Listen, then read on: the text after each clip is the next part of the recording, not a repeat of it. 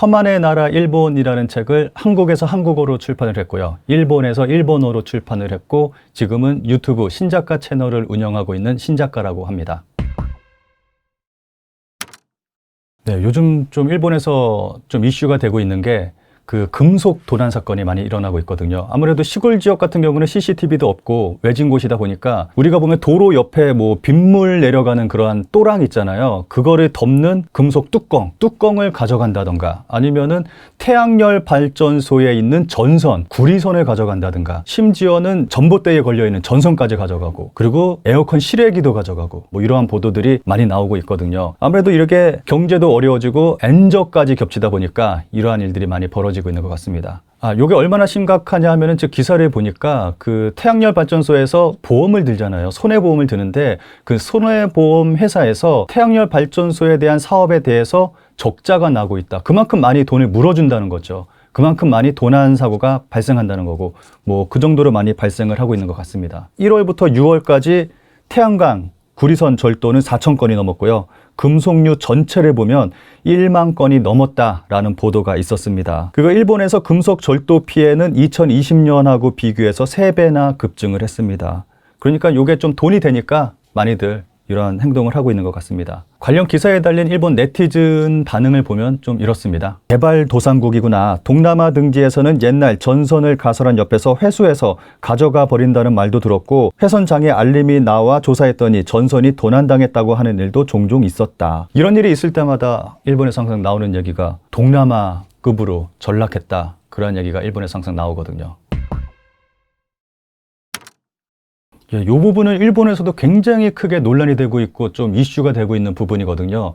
요거는 제가 찍은 영상을 좀 보면서 설명을 드리면 좋을 것 같아요. 지금 보시는 영상이 일본 가부키초 영상입니다. 가부키초 쪽에 가보시면은 이렇게 일본 여성들이 쫙 줄을 서 있습니다. 이분들이 남자분들을 기다리는 분들이에요. 실제로 가보면은 화면에 보시는 것보다 더 많은 여성분들이 줄을 서 있습니다. 정말 제가 이걸 보고 충격을 받았습니다. 그러니까 이분들이 전부 다 그걸 하는 거죠. 그 목적으로 여기 서 있는 거죠. 제가 예전에 태국에 처음 갔을 때 정말 충격받은 게 태국 가보신 분들은 아시겠지만 뭐 방콕이나 뭐 파타야 이런 지역 가시면은 길거리에 여성분들이 쫙 줄을 서 있어요. 제가 처음에 갔을 때 이렇게 많은 사람들이 길에서 뭐 하고 있는 건가 하는 생각을 했었는데 나중에 알고 봤더니 그걸 하기 위해서 줄을 서 있는 여성분들을 보고 정말 컬처 쇼크를 받은 적이 있었는데 지금 일본에서 태국과 같은 모습이 펼쳐지고 있습니다. 이러한 거리가 도쿄만이 아니라 일본 전국에 곳곳에 조성되어 있습니다. 일본 경찰에 그 단속이 있긴 있어요. 근데 있긴 있는데 이 사람들이 뭐 도망가면은 잡을 수가 없잖아요. 특히 이런 대도시 같은 경우는 곳곳에 가게들이 있고 많이 있고 하니까 그 가게로 들어가거나 하면은 뭐 잡을 수가 없으니까. 그래서 오사카에서 정말 특단의 대책이 나왔습니다. 좀 들어보시면 좀 재밌기도 한데 이제 이분들이 거리에 서서 기다리고 있잖아요. 손님들을. 그러니까 거리에 서 있지 못하게 하기 위해서 사람들의 눈에 띄게 만들면은 이 사람들이 거리에 서 있지 못할 거다라는 발상에서 거리에 눈에 잘 띄는 노란색 페인트를 칠하겠다. 그리고 그 거리를 밝게 빛나게 할 수 있게 가로등을 더 밝게 설치하겠다. 이러한 대책이 나왔거든요. 그래서 뭐 올해 안으로 공사를 끝내고 내년부터 뭐 이러한 거리가 조성이 될 거다라고 했는데 만약에 오사카에 가실 분이 계시다면은 거리를 지나가다가 노란색 페인트가 칠해져 있다. 그러면 아 거기구나 라고 생각하시면 좋을 것 같습니다. 이게 또 재밌는 게 우리나라 같은 경우는 눈에 잘 띄게 노란색 페인트 칠하고 하는 게 어린이 보호구역이잖아요. 그런데 일본 같은 경우는 그분들이 서 있는 곳에 노란색 페인트를 칠한다는 게 좀 비교가 되고 좀 재밌는 부분인 것 같습니다. 그래서 일본 국내에는 이런 사정이고 이 사람들이 해외로 많이 나갑니다. 해외에 나가면 돈을 더 많이 벌 수 있으니까.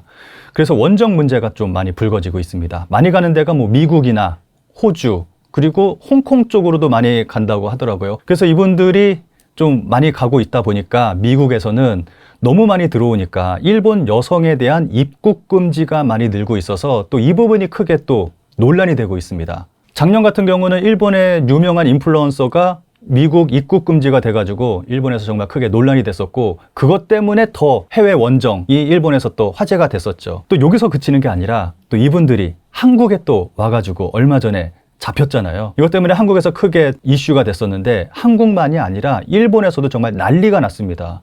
예전에 생각을 해볼까요? 좀 연세가 있는 분들, 한국 분도 그렇고 일본 분들도 그렇고 좀 연세가 있는 분하고 한국과 일본에 대해서 이야기를 하면 꼭 나오는 얘기가 있어요. 기생관광에 대해서 얘기를 하거든요. 그러니까 그 당시에 엄청나게 많은 일본 남성들이 한국에 왔다는 거고 또 굉장히 많은 한국 여성들이 일본에 또 갔다는 거잖아요. 그 당시 데이터를 보면은 90년대까지만 하더라도 한국에 들어오는 일본인 관광객의 80% 정도가 남성이었다는 데이터가 있거든요. 그러니까 지금과는 정반대죠. 지금은 대부분의 일본인 관광객이 여성분들인데 당시에는 이제 남자들이 한국에 왔었고 또 일본에서는 남자들이 한국에 간다 그러면은 좀 안 좋은 시선으로 보는 그런 분위기가 있었다고 하더라고요. 당시에는. 지금은 진짜 세상 많이 좋아졌죠.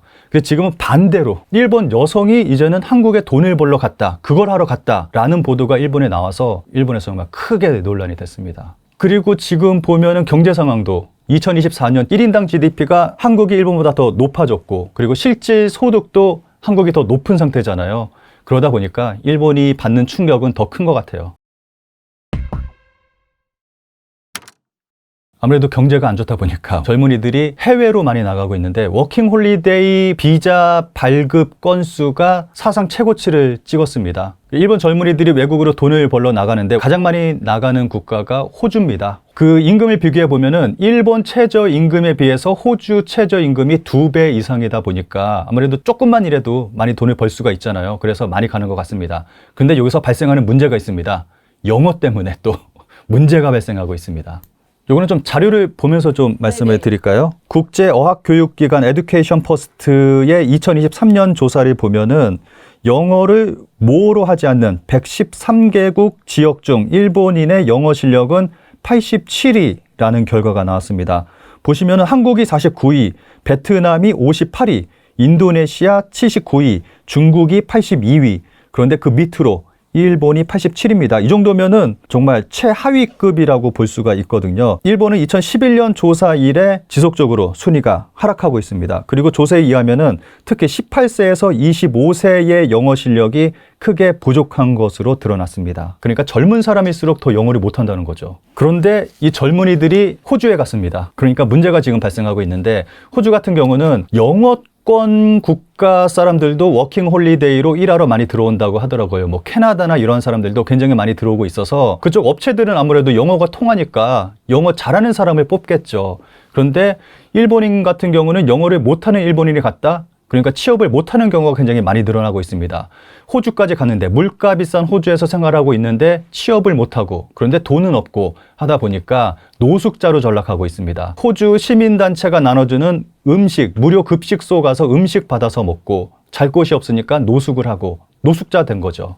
일본에서 나오는 그 분석을 보면 교육의 문제다라고 말은 하는데 제가 볼 때는 교육 문제하고 또 하나는 외국에 대한 관심이 없어요, 일본인들이. 여권 발급하고도 관련이 있는 건데 아무래도 외국에 관심이 없다 보니까 외국어를 또 공부를 안 해요, 일본인들이. 그래서 요 방송 내용을 제가 좀 소개를 해드릴게요. 일본인 청년이 호주에 갔어요. 그런데 취업이 안 되는 거예요. 그러다가 인터뷰를 가졌는데 인터뷰 내용을 녹음을 했습니다. 이거를 방송사에 고백을 한 거예요. 어떻게 보면 고백이죠. 요 내용을 한번 잠깐 살펴볼까요? 멀리까지 출근할 수 있습니까? 멀어도 괜찮나요? 저 일하기 위해서 왔습니다. 알고 있습니다. 워킹 홀리데이를 취득했습니다. 알고 있습니다. 일하기 위해서 출근이 30분 정도 걸려도 괜찮나요? 최대 6개월이면 일할 수 있습니다. 알고 있습니다. 제가 말하는 걸 이해하고 있습니까? 뭐 이렇게 얘기를 하고 있으니까 좀 말이 안 통하는 거죠. 그러니까 이 친구가 좀 영어를 하는 친구라고 소개를 했어요. 해외에서 그 어학연수도 하고 공부도 많이 하고 그래서 일본에서는 영어 잘한다 이런 얘기를 들었는데 막상 외국에 가니까 안 통한다. 그 고백하는 부분이 있습니다. 이 내용 한번 살펴볼까요? 일본인이 생각하는 영어 실력과 해외에서 생각하는 영어 실력은 너무 완전히 달라서 내가 영어를 전혀 못한다는 것을 실감했습니다. 이렇습니다. 뭐 요게 좀 일본인들의 영어 실력을 단적으로 보여주는 예가 아닌가 하는 생각이 듭니다. 예전에 트럼프 대통령 인터뷰할 때 일본인 기자가 질문한 거 있었잖아요. Can you tell us how you focus on the economic? Where are you from, please? Japan. So how you focus on the trade and economic issues with Japan? Will you ask Japan to do more, or will you change your tone? I really don't understand you. 그 굉장히 좀 세계적으로 화제가 됐잖아요.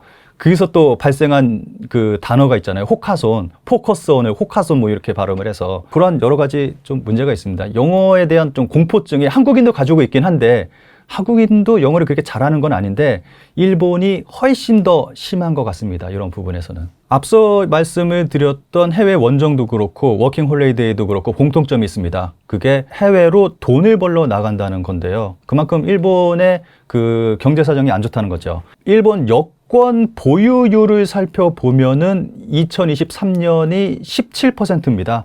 점점 낮아지고 있어서 17%밖에 안 됩니다. 보통은 선진국이라고 불리는 나라들 보면은 50%가 넘어가거든요. 한국 같은 경우는 60%가 넘고요. 그래서 보면은 여권을 가지고 있는 일본인보다 여권을 가지고 있는 한국인의 숫자가 더 많습니다. 일본 같은 경우는 그 인구가 한국보다 그 2배 이상이 많은데 한국이 여권을 가지고 있는 사람이 더 많다는 거죠. 그만큼 일본인들이 해외에 안 나가요. 이게 비교가 되는 게 일본 사람들 해외 여행은 안 하지만 돈을 벌기 위해서 원정 가고 워킹 홀리데이 나가는 젊은이들은 급증하고 있다는 게 굉장히 대조적인 그러한 모습이죠. 현재의 일본의 모습을 보여주는 증거라고 생각합니다. 요거는 뭐 짧게 말씀을 드릴 수가 있는데 반응 좋습니다. 의외로 부정적인 반응이 없어요. 다 축하한다, 뭐 잘됐다 이러한 긍정적인 반응입니다. 또 그도 그럴 것이 일본 내에서 무라카미 하루키 작가 같은 경우는 한 10년 전부터 일본에서 그 노벨 문학상 후보로 미는 영순위 후보거든요. 그런데 계속 좌절되고 있으니까 일본인들의 그 기대감도 점점 낮아지고 있는 것 같아요. 지금 반응 보면은 하루키 이제 좀 놔줘야 되는 거 아닌가? 이런 얘기도 나오고 있거든요. 그래서 뭐 좀 기대감도 낮아진 데다가 뭐 그러다 보니까 더 많이 한강 작가의 노벨상을 축하해 주고 있는 것 같습니다. 무라카미 하루키 작가는 저도 개인적으로 팬이라서 받았으면 좋겠다 하는 생각을 가지고 있었는데 좀 좌절이 돼서 저도 좀 안타깝습니다. 하루키 작가 같은 경우는 만약에 일본에 블랙리스트가 있었다 한다면은 무라카미 하루키가 그 리스트 안에 들어가는 1순위, 0순위 작가가 아닐까 하는 생각이 들거든요. 무라카미 하루키 작가 같은 경우는 일본에서도 개념 작가로 불리고 있습니다. 그 작품을 보면은 작품에 굉장히 좀 자주 일본의 군국주의에 대해서 언급을 하고 있거든요. 그리고 무라카미 하루키 작가 발언을 보면은 우리가 피해를 입힌 피해 국가가 됐다고 할 때까지 사과를 해야 된다라는 발언을 하기도 했고 자신의 아버지가 중국을 침략한 일본군이었다라는 것을 고백하기도 했습니다. 특히 무라카미 작가 같은 경우는 좀 일본에서 크게 논란이 됐던 게 기사단장 죽이기를 발표했을 때 몇 년 전에 일본에서 정말 크게 논란이 됐거든요. 작품 안에 난징 대학살에 대한 그 설명이 길게도 아니에요. 한 5, 6줄 정도 나오나 몇 명을 죽였다 뭐 이런 일이 있었다 정도로만 표현을 했는데 그게 정말 일본 정치권과 우익은 물론이고 일본 문학계까지 하루키 작가를 매국노, 비국민이라고 싸잡아서 요걸로 정말 매국해서 돈 벌어 먹는다 이러한 얘기가 나올 정도로 좀 크게 논란이 됐었거든요. 그 논란이 됐을 때 제가 일본 서점에 가게 됐거든요. 서점에 가면은 그 나라를 대표하는 인기 있는 작가들 코너가 좀 있잖아요. 거기서 보니까 하루키 코너가 있더라고요. 봤는데 그 당시에 갓 출판된 기사단장 죽이기가 없더라고요. 기사단장 죽이기만. 보통은 그런 코너 보면은 최신작이 가장 먼저 앞에 눈에 잘 띄는 곳에 전시가 돼 있잖아요. 좀 뭔가 이상하다 싶어가지고 다른 서점들도 다 돌아다녔어요. 그때. 이게 어떻게 된 일인가 싶어서. 제가 돌아다녀 본 서점에 전부 다 기사단장 죽이기만 없는 거예요. 서점에. 이상하죠? 좀 그런 일이 있었습니다. 지금은 팔아요. 근데 그때 한창 논란이 됐을 때는 서점에 그 작품이 없었습니다. 노벨 문학상 같은 경우는 성격이 좀 독특하잖아요. 아무래도. 그래서 이거 대륙별로 돌아가서 준다. 요즘 그런 경향이 있다. 그러다 보니까 아시아에서 한국이 받았으니까 일본은 최소한 20년 이상은 일본에서 노벨 문학상 나오지 못할 거다. 이런 얘기가 나오고 있어요. 그래서 무라카미 하루키는 못 받을 거다. 뭐 이런 얘기가 나오면서 이제 하루키는 놔줘야 된다. 뭐 이런 얘기도 나오고 있습니다.